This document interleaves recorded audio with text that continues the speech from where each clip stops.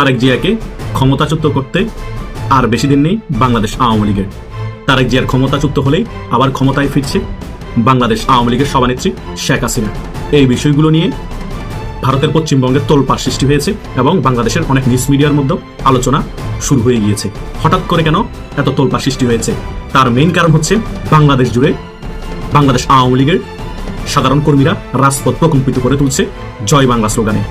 দর্শক, গতকাল একটি ভিডিওতে পুলিশের বরাত দিয়ে জানিয়েছিলাম বাংলাদেশের কার্যক্রম নিষিদ্ধ থাকা আওয়ামী লীগ এর পর থেকে দিনে 10 নামে একটি বিশেষ পরিকল্পনা নিয়ে মাঠে নেমেছে।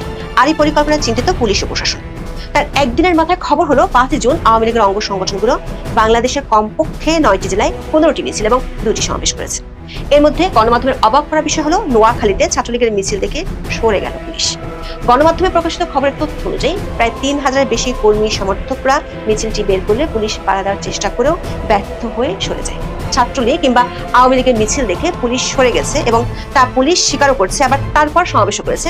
এমন খবর দলটি নিষিদ্ধ হওয়ার পর গত 13 মাসে এই প্রথম আসলো। একের পর এক আওয়ামী লীগ, ছাত্রলীগ, যুবলীগ, ছাত্রলীগ তো পুরোপুরি নিষিদ্ধ, আওয়ামী লীগ সহ অন্য সংগঠনগুলো, অঙ্গ সংগঠনগুলো তাদের কার্যক্রম নিষিদ্ধ আছে। কিন্তু সেগুলো থাকা সত্ত্বেও সারা দেশে আমরা দেখছি একের পর এক তারা ঝটিকা মিছিল করছে, শোডাউন করছে, নানা রকমের ঘটনা ঘটছে। বিশেষ করে গতকালকে দেশের বেশ কিছু জায়গায়, নোয়াখালী এবং চট্টগ্রাম সহ বেশ কিছু জায়গায় যে ঘটনাগুলো ঘটলো, তাতে করে মনে হচ্ছে যে আওয়ামী লীগ অনেক বেশি এগ্রেসিভ হয়ে যাচ্ছে। আসসালামু আলাইকুম প্রিয় দর্শক, নতুন একটা ভিডিওতে সবাইকে স্বাগতম। তো ইতিমধ্যে আপনারা অনেকগুলো ভিডিওর অংশবিশেষ দেখেছেন, তো দেখে নিশ্চয়ই বুঝতে পেরেছেন যে ভিডিওটা আসলে কতটা গুরুত্বপূর্ণ এবং আকর্ষণীয় হতে চলেছে।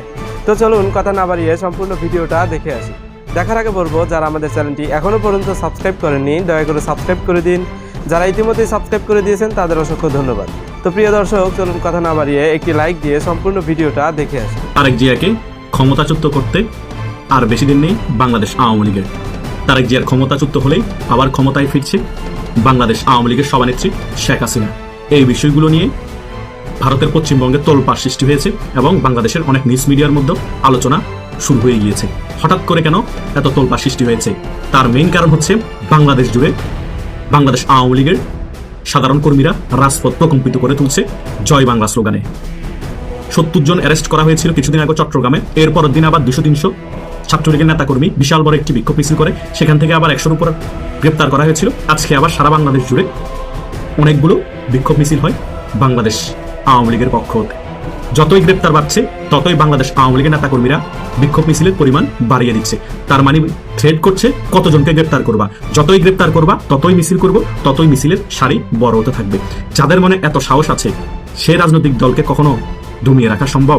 সেই কারণেই তো ভারতীয় মিডিয়া তোলপাড় সৃষ্টি করেছে। তারেক জিয়ার রেজিম পরিবর্তন হতে যাচ্ছে, শেখ হাসিনা আবার ক্ষমতার মসনদে বসবে এবং বাংলাদেশের অনেক টকশোর আলোচকও একই কথা বলা শুরু করে দিয়েছে। এবং এক ইউটিউবার গোলাম মাওলা রনি তো চ্যাটজিপিটির কথা উল্লেখ করেছে যে সেখানে তিনি প্রশ্ন করছে শেখ হাসিনা কখন আসবে।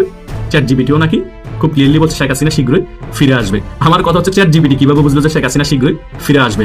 চারদিকে একই সুরে কথা বলতেছে সাধারণ জনগণ। শেখ হাসিনাকে চাই তারা, শেখ হাসিনা খুব শীঘ্রই বাংলাদেশে ফিরে আসুক। ভারতীয় মিডিয়াও বলছে শেখ হাসিনা খুব শীঘ্রই ফিরে আসবে এবং বাংলাদেশ আওয়ামী লীগের নেতাকর্মীরাও বলছে শেখ হাসিনাকে আমরা খুব শীঘ্রই বাংলাদেশে ফিরিয়ে আনবো। তার মানে শেখ হাসিনার জোয়ার চলতেছে সারা বাংলাদেশ জুড়ে এবং ভারতের পশ্চিমবঙ্গ জুড়ে। তাহলে এই শেখ হাসিনাকে কি এই বর্তমান বিএনপি সরকার আটকাতে পারবে বাংলাদেশে আসা থেকে? কখনো আটকাতে পারবে না। গোলাম মাওলা রনি এটাও বলেছে, শেখ হাসিনা যদি বাংলাদেশে আসে বাংলাদেশে কোনো আইন থাকবে না। কিসের গ্রেপ্তার, কিসের মামলা? এটাই বাস্তবতা। শেখ হাসিনা বাংলাদেশে এয়ারপোর্টে নামার সাথে সাথে বাংলাদেশের সকল আইন ধ্বংস হয়ে যাবে, বিএনপি জামাত এনসিপি ধ্বংস হয়ে যাবে। সারা বাংলাদেশ শেখ হাসিনার নিয়ন্ত্রণে চলে আসবে। সারা বাংলাদেশে শেখ হাসিনা দাপট সৃষ্টি করবে, আবারও শেখ হাসিনা ক্ষমতার মসনদে বসবে যদি শেখ হাসিনার সাথে আপোষ না করে বিএনপি সরকার। আর যদি আপোষ করে শেখ হাসিনা বাংলাদেশে ফিরে আসতে পারে, সুন্দরভাবে ফিরে আসে, তাহলে একটা বিরোধী দল হিসেবে শেখ হাসিনা থাকবে এবং আগামীতে যে নির্বাচন হবে 4-5 বছর পর, সেই নির্বাচনে শেখ হাসিনার নেতৃত্বে বাংলাদেশ আওয়ামী লীগ অংশগ্রহণ করবে। তখন হয়তোবা বিএনপি সরকার নাও আসতে পারে, কারণ শেখ হাসিনার নেতৃত্বে আওয়ামী লীগ আবার 200 বেশি আসন পেয়ে যেতে পারে। তখন আবার আওয়ামী লীগ ক্ষমতায় আসবে। তাহলে অন্তত বিএনপি আরো 4.5 বছর ক্ষমতায় থাকতে পারবে। আর যদি বিএনপি দমন নিপীড়ন করে রাখে, আওয়ামী লীগকে জেলে ভরে দেয়, কোণঠাসা করে রাখে, তাহলে শেখ হাসিনা বাংলাদেশে ফিরে আসার পর বাংলাদেশে কোনো আইন থাকবে না। এটাই হচ্ছে বাস্তবতা, কেউ মানুক আর না মানুক। কারণ বিশ্বের বড় বড় পরাশক্তি অলরেডি বিএনপি সরকারের উপর চাপ প্রয়োগ করা শুরু করে দিয়েছে অনেক মাস আগে। আমি অনেক ভিডিওতে এই কথা বলেছি, আপনারা আমার কথা শুনে হাসাহাসি করতেন। ভারত অনেকভাবে কূটনীতিকভাবে বিএনপিকে প্রেসারে রেখেছে। আপনারা এখনো বলেন ভারত কিছুই করছে না। ভারত কি আপনাকে ফোন দিয়ে বলবে আমি বাংলাদেশ আওয়ামী লীগ এবং শেখ হাসিনাকে ফেরানোর জন্য এই সকল বিষয়গুলো বিতর্কতভাবে করছি? আপনারা সাধারণ জিনিস যেগুলো চোখ দিয়ে দেখেন, বাস্তবে সেগুলো ঘটে না। ভিতর দিয়ে অনেক মারাত্মক কিছু ঘটে যাচ্ছে, আপনারা উপলব্ধি করতে পারছেন না। যখন সত্যি সত্যি বাংলাদেশে একটি গণ আন্দোলন শুরু হয়ে যাবে, যখন সত্যি সত্যি বাংলাদেশে শেখ হাসিনা আসার ঘোষণা দিয়ে দিবে যে আমি কালকে বাংলাদেশে আসছি, বাংলাদেশের সাধারণ জনগণ এবং আওয়ামী লীগের সকল নেতা কর্মীরা আপনারা বিমানবন্দর আসুন, তখন বুঝতে পারবেন আসলে এতদিন বিতর্কতভাবে কি কি চলেছিল।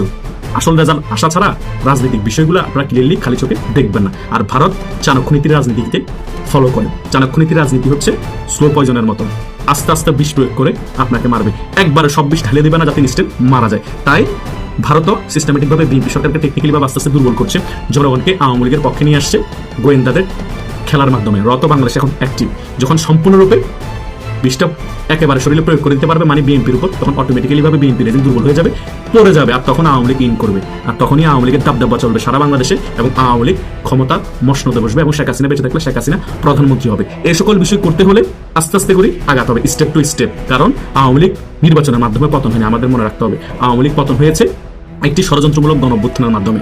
সেটা ষড়যন্ত্রমূলক হোক বা সত্যিকারে হোক, গণঅভ্যুত্থান তো একটি হয়েছে, এটা আমাদের মানতে হবে।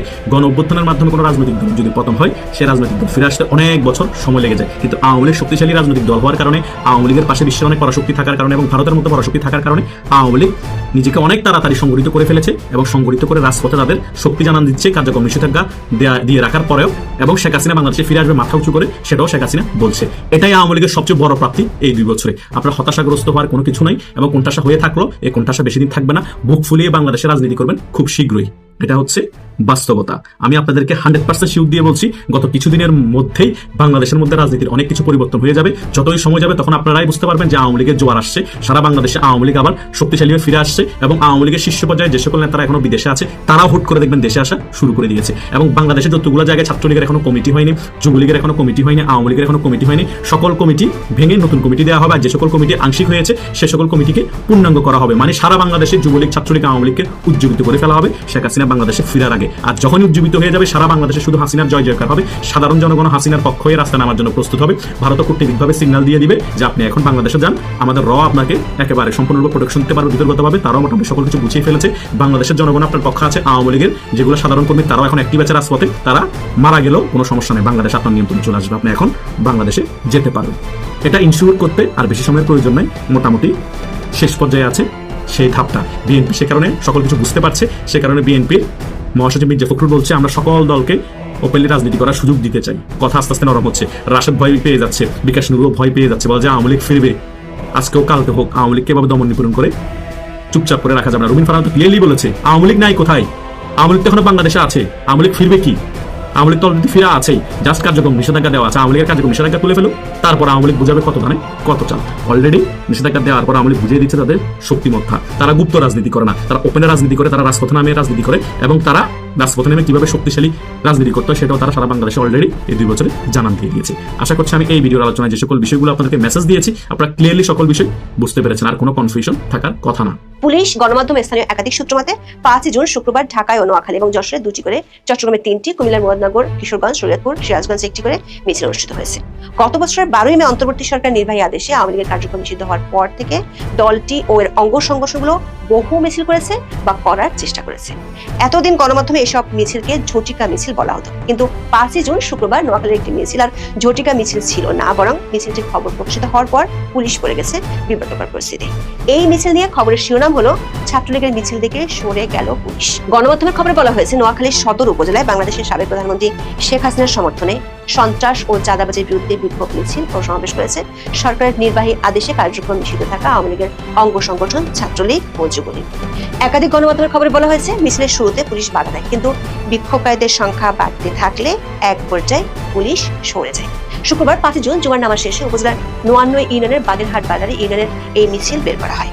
বাংলা ট্রিবিউনের খবরে বলা হয়েছে উপজেলার 99 ইউনিয়নের বাগেরহাট বাজারে ইউনিয়ন ছাত্রলীগ ও যুবলীগের যৌথ উদ্যোগে এই কর্মসূচির আয়োজন করা হয়। প্রত্যক্ষদর্শীদের বরাত দিয়ে এশিয়া পোস্টের খবরে বলা হয় প্রায় 3000-এর বেশি কর্মী সমর্থকরা মিছিলটি বের করলে পুলিশ বাধা দেওয়ার চেষ্টা করে।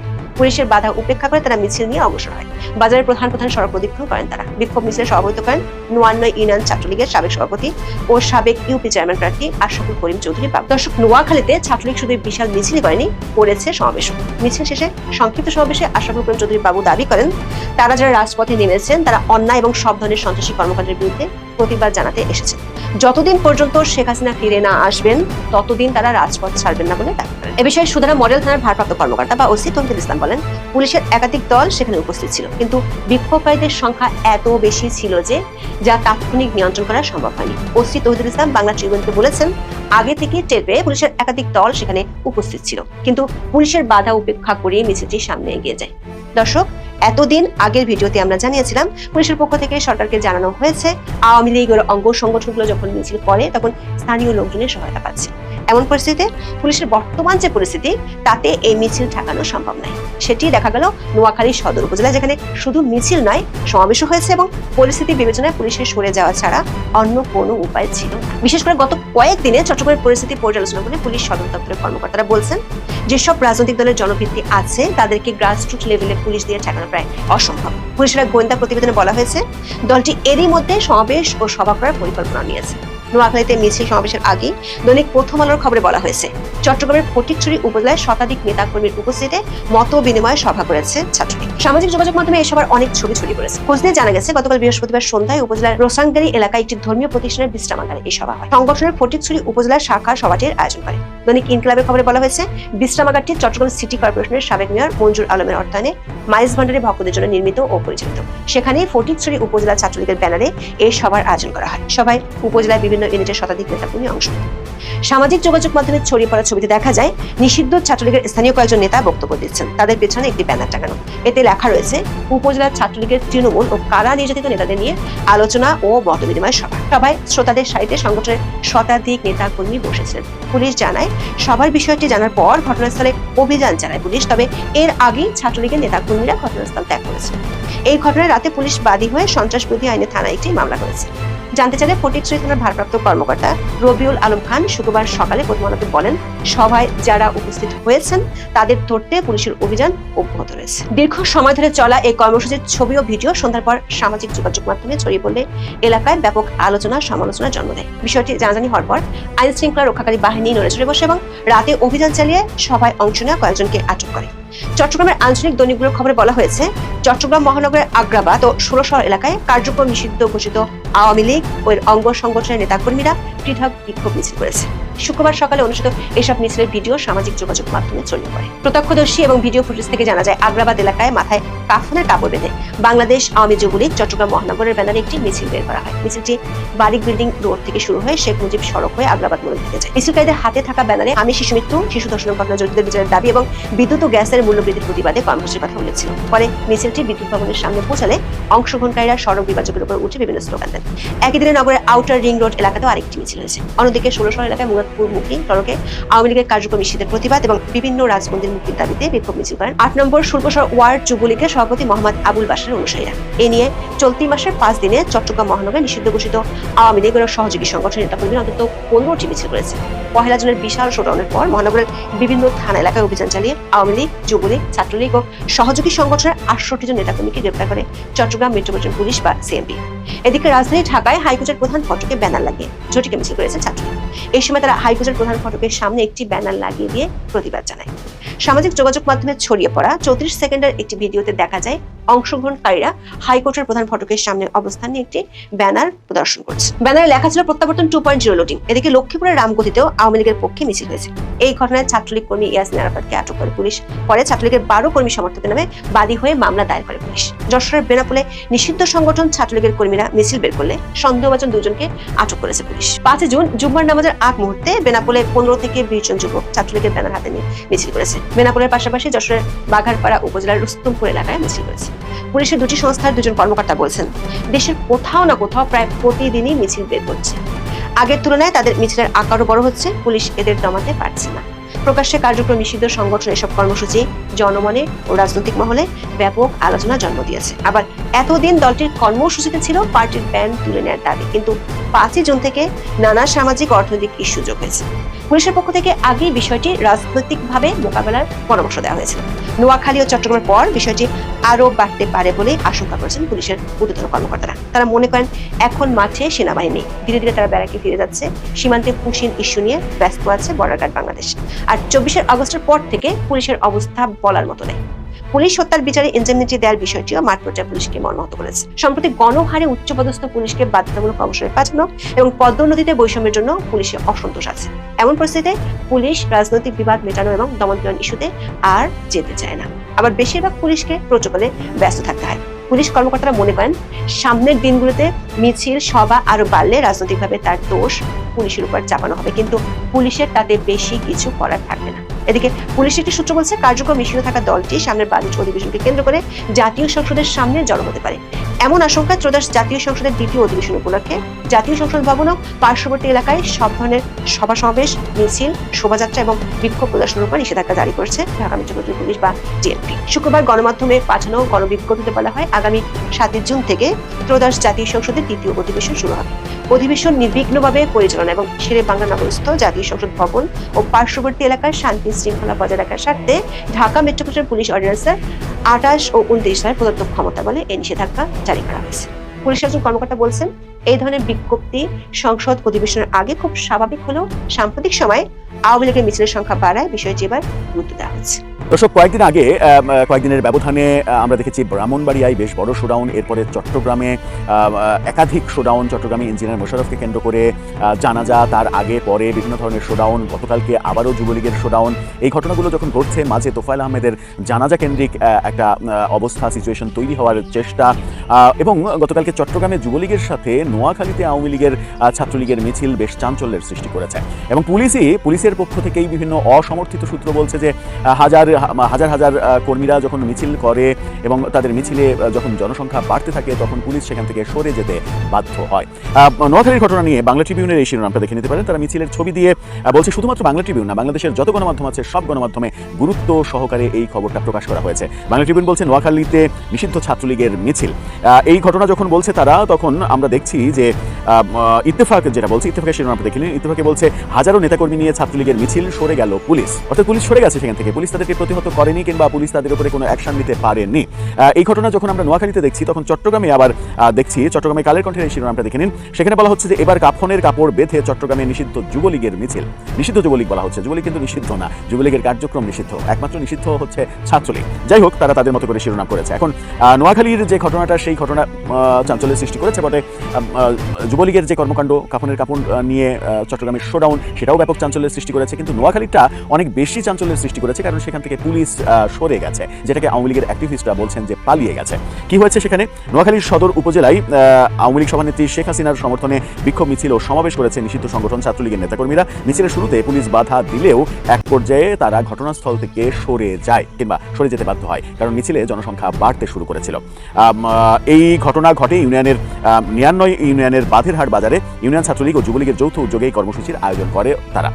জানা গেছে এই ছাত্রলীগ এবং যুবলীগের নেতাকর্মীরা মিছিল বের করলে পুলিশ তাতে বাধা দেওয়ার চেষ্টা করে, তবে পুলিশের বাধা উপেক্ষা করে নেতাকর্মীরা মিছিল নিয়ে অগ্রসর হন এবং বাজারের প্রধান সড়ক প্রদক্ষিণ করেন। এখানে খুবই গুরুত্বপূর্ণ ব্যাপার সেটা হচ্ছে যে এ যাবৎকালে 2024-এর 5 আগস্টে আওয়ামী লীগের পতনের পরে আওয়ামী লীগ, ছাত্রলীগ, যুবলীগ যত এই ঝটিকা মিছিল করার চেষ্টা করেছে, পুলিশ দেখলে কিন্তু তারা দ্রুত সেখান থেকে পালিয়ে গেছে।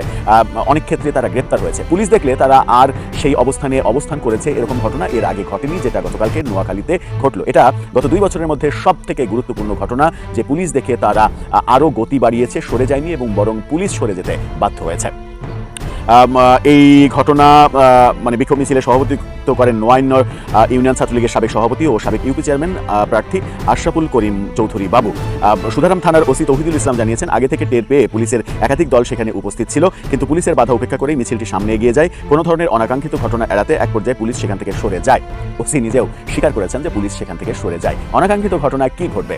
এখন যদি 10 জন 20 জন অস্ত্রধারী পুলিশ থাকে, তার সামনে তো 5000 মানুষ কোনো ব্যাপার হওয়ার কথা নয়, কিন্তু পুলিশ সেই কাজে যায়নি। এই ধরনের কার্যক্রম ঠেকানোর জন্য অবশ্য 10-20 জন পুলিশ সাধারণত যায় না, আরো বেশি যায়। সেক্ষেত্রে পুলিশ যে পিছু সরলো, পিছু হটলো, এই পিছু হটলো যে পুলিশ, তাদেরকে আবার আওয়ামী লীগের ফ্যাসিস্টের দোসর ট্যাগ দেওয়া হবে কিনা সেই প্রশ্ন আসে। এই ওসি সাহেবকেও আওয়ামী লীগের দোসর ট্যাগ দেওয়া হলে আশ্চর্য হওয়ার কিছু থাকবে না, কারণ গত 2 বছরে আমরা দেখেছি সব থেকে সস্তা জিনিসের নাম আওয়ামী লীগের দোসর ট্যাগ।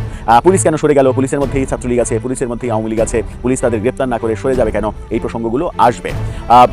যেহেতু এই ঘটনাটা ঘটলো, এই ঘটনাটা সারা দেশে চাঞ্চল্যের সৃষ্টি করলো। শুধুমাত্র এটা না, গতকালকে দেশের বেশ কিছু জায়গায় এরকম ঘটনা ঘটেছে, কিন্তু পুলিশ সরে গেছে। এই ঘটনা শুধুমাত্র গতকালকে না, গত 2 বছরের মধ্যে এই প্রথম ঘটলো। এর আগে যত ঘটনা ঘটেছে, পুলিশ দেখলে ছাত্রলীগ আওয়ামী লীগের মিছিলকারীরা সরে গেছে, গ্রেপ্তারের ভয়ে সটকে পড়েছে।